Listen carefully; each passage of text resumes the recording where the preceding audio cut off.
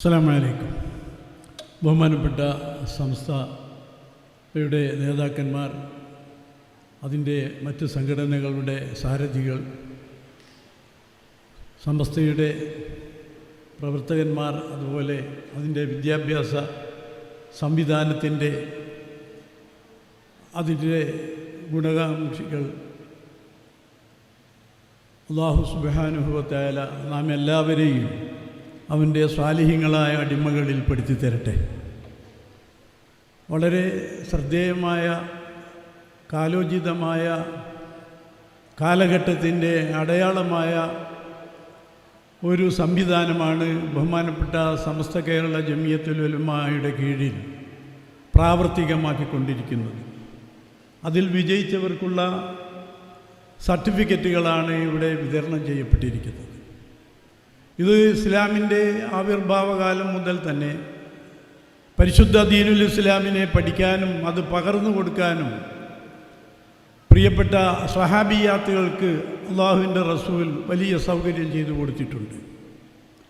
ഇസ്ലാമിൻ്റെ ഏറ്റവും വലിയ സുവർണ കാലഘട്ടങ്ങളിൽ, സുവർണ നൂറ്റാണ്ടുകളിൽ നമ്മുടെ സഹോദരിമാരുടെ സേവനം വിജ്ഞാന രംഗത്ത് വളരെയധികം വിലപ്പെട്ടതായിരുന്നു. അന്ന് പരിശുദ്ധ ഇസ്ലാമിൻ്റെ അതിൻ്റെ പ്രാഥമിക പഠനം മുതൽ നിർവഹിച്ചിരുന്നത് നമ്മുടെ സഹോദരിമാർ, സ്ത്രീകളായിരുന്നു. മഹത്തുക്കളായ ഇമ്മത്തുകൾ, ആ ഇമ്മത്തുകളുടെയൊക്കെ കാലഘട്ടത്തിൽ അവർക്ക് ദീനുൽ ഇസ്ലാമിൻ്റെ പ്രാഥമിക പഠനങ്ങളും പരിശുദ്ധ ഖുർആനുമൊക്കെ പഠിപ്പിച്ചിരുന്നത് അവരുടെ ഉമ്മമാർ, മാതാക്കളായിരുന്നു.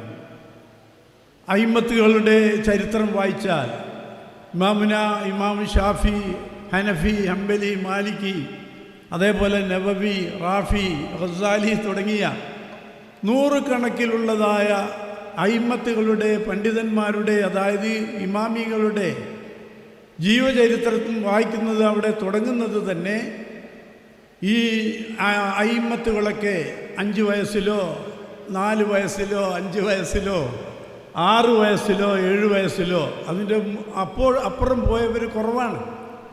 അവരൊക്കെ പരിശുദ്ധ ഖുർആനിനെ ഹൃദിസ്ഥമാക്കിയവരാണ്. അയിമ്മത്തുകളൊക്കെ ചെറുപ്പന്നെ ഹൃദിസ്ഥമാക്കിയവരാണ്. എവിടെ നിന്നാണ് അതവർ ഹൃദിസ്ഥമാക്കിയത് എന്ന് ചോദിച്ചതിൻ്റെ അതിൻ്റെ ഉത്തരം മാതാക്കളുടെ മടിയിൽ നിന്നാണ്. അവരുടെ ഉമ്മമാർ അവർക്ക് അമ്മിഞ്ഞപ്പാൽ കൊടുത്തതുപോലെ പരിശുദ്ധ ഖുർആനിൻ്റെ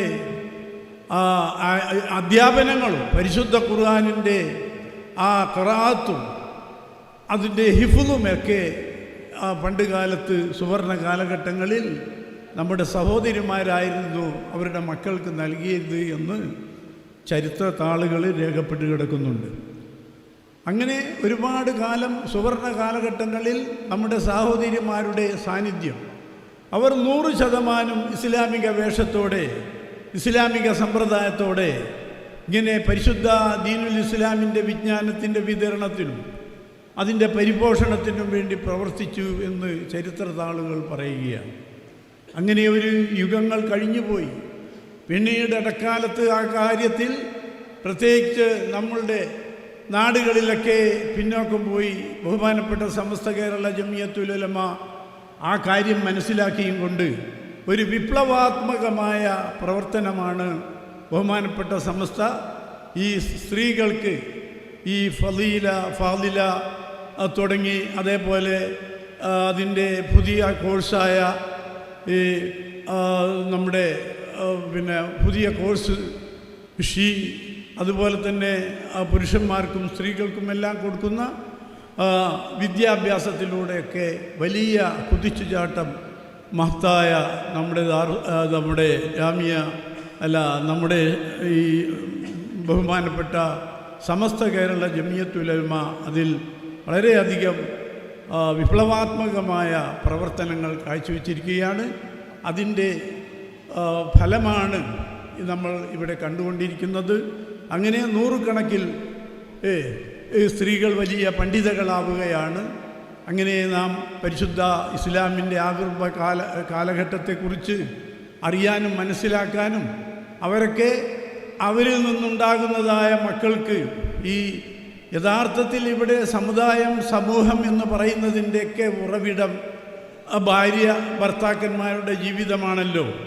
ഒരു ഭാര്യയും ഭർത്താവും തമ്മിൽ അവർ ദമ്പതികളായി, അങ്ങനെ അവർക്ക് മക്കളുണ്ടായി, ആ മക്കൾ കുടുംബമായി, ആ കുടുംബം കൂടുമ്പോൾ അത് സമൂഹമായി, സമുദായമായി, അങ്ങനെ ഈ ലോകത്തുള്ള സമൂഹങ്ങളും സമുദായങ്ങളും നിലനിൽക്കുന്നത്.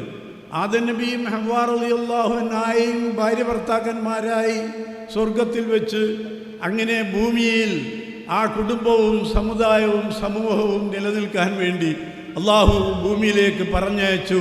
അങ്ങനെ ലോകാവസാനം വരെ മനുഷ്യകുലം ഉണ്ടാകുന്നത് പോലെ നമ്മുടെ ഈ ഭൂമിയിലും സ്വർഗത്തിലുള്ള വിവാഹം നടക്കുന്നു എന്ന് ചിലർ പറയും. അതിൻ്റെ ഉദ്ദേശം ഭാര്യയും ഭർത്താവും വിവാഹിതരാകുന്നതോടുകൂടെ അവരൊരു കുടുംബമാകുന്നു, അത് വലുതായി വലുതായി സമുദായമാകുന്നു, സമൂഹമാകുന്നു.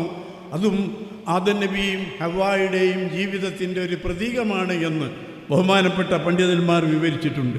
അതിന് നേതൃത്വം നൽകുന്നതായ നമ്മുടെ സഹോദരിമാർ, ആ സഹോദരിമാർക്ക് തന്നെയാണ് ആ സമുദായത്തെ, അവരിൽ നിന്നുണ്ടാകുന്നതായ സമുദായത്തെ ഏറ്റവും നല്ല നിലയിൽ കൊണ്ടുപോകാൻ സാധിക്കുക.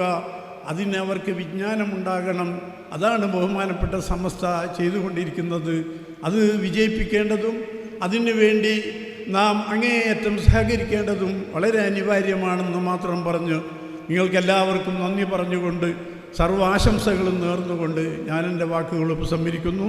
വാഹിറു ദഅ്വാനാ അൽഹംദുലില്ലാഹി റബ്ബിൽ ആലമീൻ.